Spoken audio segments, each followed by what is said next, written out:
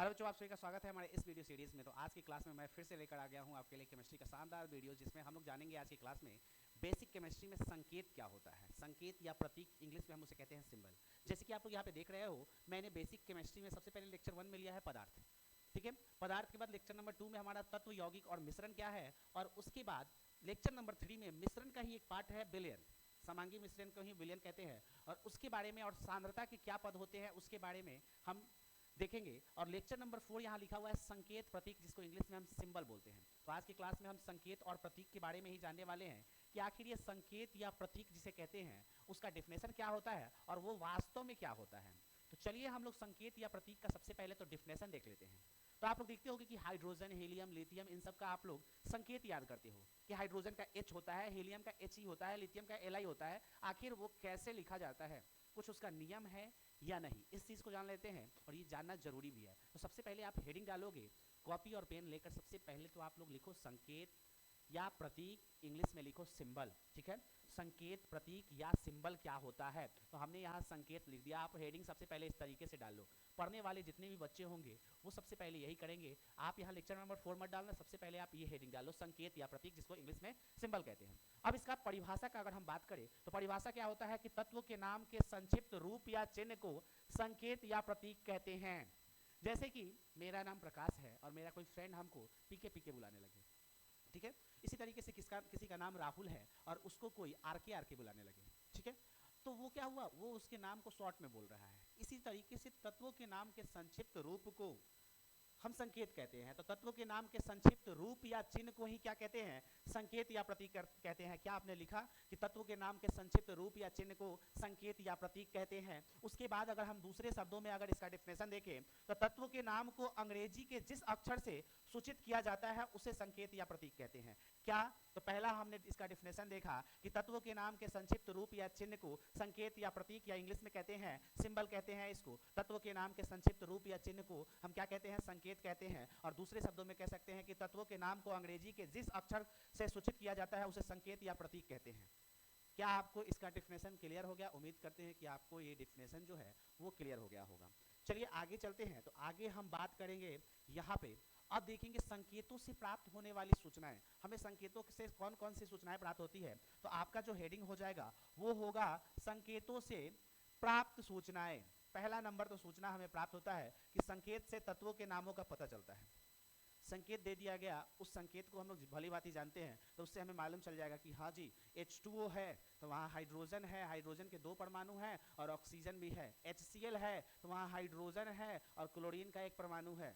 तो पहला चीज तो हमें संकेत से तत्वों के नामों का पता चलता है। इसके अलावा दूसरी बात यह है कि किसी तत्व का संकेत उस तत्व के 1 परमाणु को सूचित करता है।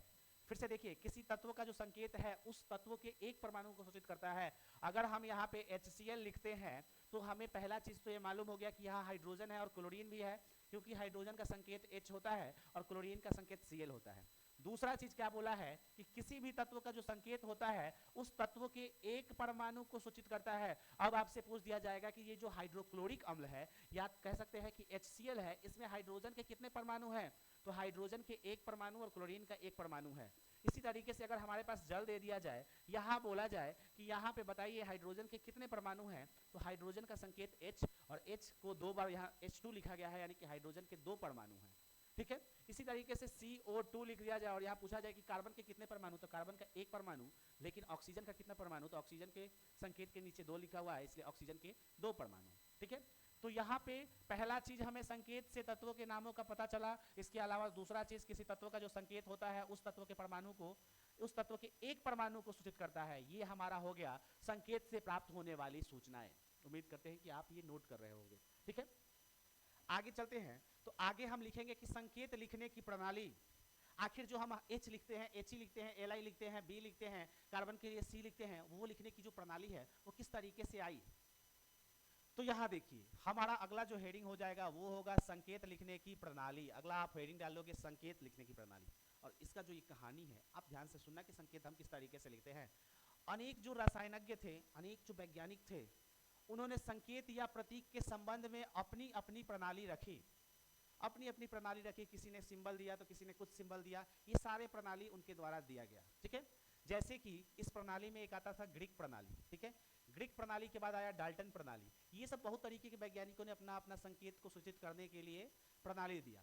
लेकिन आगे देखिए क्या हुआ 1813 ईस्वी में। कब? 1813 ईस्वी में ब्राजीलियस ने संकेत के संबंध में अपनी प्रणाली रखी, जिसे क्या कहा गया? तो ब्राजीलियस प्रणाली कहते हैं, जो कि हम अभी भी फॉलो करते हैं, ठीक है। तो ये क्या था 1813 ईस्वी में ब्राजीलियस ने संकेत के संबंध में अपनी जो प्रणाली है उसे रखी, और उस प्रणाली को हम कहते हैं ब्राजीलियस प्रणाली। इसके अनुसार क्या होता है? तो इसके अनुसार इन भाई साहब ने पहला नंबर चीज तो ये कहा कि तत्वों के संकेत उनके अंग्रेजी नामों के प्रथम जो अक्षर होगा इसके द्वारा दिया जाएगा। यानी कि तत्वों का जो नाम है उस नाम में जो अंग्रेजी का पहला अक्षर होगा उससे उसका संकेत दिया जाएगा। जैसे मान लो मेरा नाम प्रकाश है, मुझे पी से सूचित कर दिया गया। किसी का नाम राहुल है, रोशन है, रवि है, तो राहुल को आर से सूचित कर दिया गया, सूरज है उसको एस से सूचित कर दिया गया। तो इस तरीके से कहा इन्होंने। पहला चीज तो उन्होंने कहा कि तत्वों के संकेत उनके अंग्रेजी नामों के प्रथम अक्षर यानी कि जो पहला अक्षर होगा इसके द्वारा दिया जाता है। जैसे में हाइड्रोजन, हाइड्रोजन हाइड्रोजन को किससे? तो H से। इसी तरीके से ऑक्सीजन, ठीक है, ऑक्सीजन यहाँ वाई हो जाएगा, तो इसको क्या? O से। इसी तरीके से कार्बन, ठीक है, कार्बन, कार्बन को C से।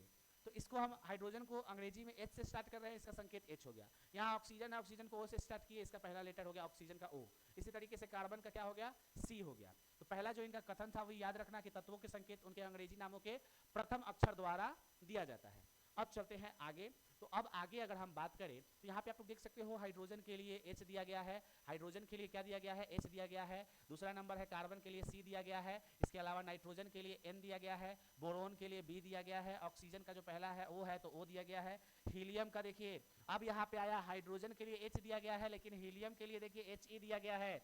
तो अब देखिए राहुल, रवि, रोशन ये सब आ जाए एक ही आर से ही स्टार्ट होने वाले, तो वहां पे उनका संकेत किस तरीके से देंगे? सबके लिए क्या आर देंगे? नहीं।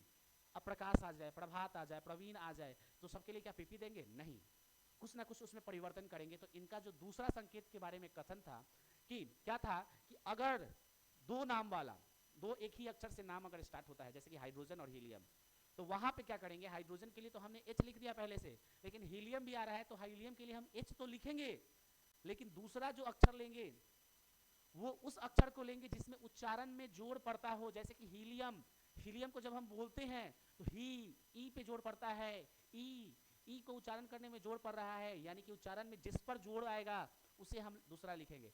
तो हीलियम के लिए देखिए H तो लिखा ही गया, इसके अलावा H तो हाइड्रोजन के लिए था, हीलियम के लिए दूसरा भी कुछ लिखना पड़ेगा, तो दूसरा उसे लिखेंगे जिसमें उच्चारण में जोड़ पड़े, तो HE। तो इनका जो दूसरा कथन था हमने यहाँ लिख दिया है कि जब कई तत्वों के नाम एक ही अक्षर से शुरू होते हैं, जब कई तत्वों के नाम एक ही अक्षर से शुरू होते हैं तो उन्हें संकेतों के लिए उनके नाम से दो अक्षर लिए जाते हैं। उनके नाम से कितने अक्षर लिए जाते हैं? तो दो अक्षर लिए जाते हैं। अब वो दो अक्षर कौन कौन सा होगा वो भी मैंने यहाँ पे लिख दिया है कि इसमें पहला अक्षर उनके नाम का पहला अक्षर होता है, उनके नाम का पहला अक्षर होगा। हीलियम भाई साहब का नाम का पहला अक्षर H तो हमने लिख ही दिया। और ध्यान दीजिएगा, यहाँ फोकस करो, दूसरा अक्षर नाम का वह अक्षर होता है जिस पर उच्चारण यानी कि बोलने में, ठीक है, विशेष जोड़ पड़ता है, उच्चारण में जोड़ पड़ रहा है, हीलियम, तो यहाँ पे दूसरा जो होगा ई हो जाएगा। इसी तरीके से लिथियम के लिए, सॉरी यहाँ बेरिलियम के लिए बी तो लिया ही गया, इसके अलावा बेरिलियम ई पे जुड़ पड़ रहा है तो ई ले लिया गया, ठीक है। बेरियम BA, उसी तरीके से क्या है? ब्रोमीन है, ब्रोमीन में बी के साथ साथ आर, ब्रोमीन, आर का उच्चारण यहाँ पे ज्यादा हो रहा है, बोलने में जोड़ पड़ रहा है, तो हमने BR ले लिया, ठीक है। तो प्रकाश के लिए तो हमने P ले लिया, प्रवीण आएगा तो प्रवीण के लिए क्या लेंगे? PR लेंगे, ठीक है। प्रभात आएगा P भी ले सकते हैं, ठीक है। तो उसको लेंगे जिसमें पहला अक्षर लेंगे ही, पहला लेटर लेंगे ही, लेकिन दूसरा वो लेंगे जिसमें उच्चारण में जोड़ पड़े और नाम जो संकेत है वो एक जैसा भी ना हो। इस चीज के लिए हमने ऐसा चीज किया, ठीक है। हाइड्रोजन का भी H रहता, हीलियम का भी H रहता, तो हम कंफ्यूज हो जाते कि हाइड्रोजन है कि हीलियम है। तो देखो ब्राजीलियस ने जो संकेत लिखने की प्रणाली दी थी उसमें उन्होंने क्या क्या चीज अमल किया था। अभी और है, हम और देखेंगे आगे। यहाँ अगर हम आगे चलते हैं तो देखिए तीसरा कथन क्या कहा, तीसरा समझना। तीसरा क्या है कि कुछ तत्वों के संकेत उनके लैटिन नामों के आधार पर दिए गए हैं। कुछ तत्वों के जो नाम हैं वो उनके लैटिन भाषा का जो नाम होता है, लैटिन भाषा का जो नाम होता है उसके आधार पर दिया जाता है। जैसे कि सोडियम, सोडियम का अंग्रेजी में अगर हम नाम लिखें तो सोडियम इस तरीके से लिख सकते हैं, लेकिन लैटिन में इसका नाम होता है नेट्रियम, और नेट्रियम से इस Na को उठा लिया गया है और सोडियम का जो संकेत होता है वो Na लिखा जाता है। अब कितने बच्चे पूछते हैं कि सोडियम का संकेत S क्यों नहीं लिखा जाता है?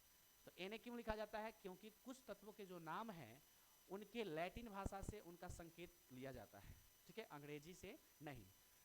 आगे है सोडियम के बाद पोटेशियम है। पोटेशियम को लैटिन नाम क्या होता है? कैलियम होता है, इसलिए इसके के से सूचित करते हैं। आयरन यानी कि लोहा का जो होता है लैटिन में नाम होता है फेरम, इसीलिए इसको संकेत में Fe से प्रदर्शित किया जाता है। तांबा यानी कि कॉपर जो होता है उसका होता है क्यूप्रम, और क्यूप्रम को Cu से प्रदर्शित किया जाता है। इसी तरीके से सिल्वर का लैटिन में नाम होता है अर्जेंटम, जिसके कारण इसको Ag से सूचित किया जाता है। इसी तरीके से गोल्ड यानी कि सोना का लैटिन में नाम होता है ऑरम, और इसको Au से सूचित किया जाता है। इसी तरीके से टीन का होता है स्टेनम, और स्टेनम को Sn से प्रदर्शित किया जाता है। इसी तरीके से सीसा जिसको लेड कहते हैं, और लेड को लैटिन भाषा में प्लम्बम कहा जाता है, इसीलिए Pb से सूचित किया जाता है। तो ये हमारे ब्राजीलियस भाई साहब ने अपने नियम में 3 नियम बताया। पहला तो बताया कि किसी भी चीज़ का अगर हम संकेत लिखते हैं तो उसका हम लोग अंग्रेजी में जो नाम लिखेंगे उसका पहला लेटर लिखेंगे। दूसरा चीज़ बताया कि अगर नाम अगर समान होता है, पहला लेटर सेम होता है, तो उस कंडीशन में हम क्या करेंगे, उन तत्वों से 2 लेटरों को लेंगे। एक तो होगा पहला लेटर और दूसरा होगा जिसमें उच्चारण यानी कि बोलने में जोड़ पड़े। और तीसरा विधि उन्होंने बताया कि कुछ तत्वों के संकेत उनके लैटिन नामों के आधार पर भी हम लोग देते हैं, और ये कुछ तत्व है जिनका आप स्क्रीनशॉट ले सकते हो। इनका जो नाम है हम लैटिन नाम के आधार पर इनका संकेत देते हैं, ठीक है। आगे चलते हैं।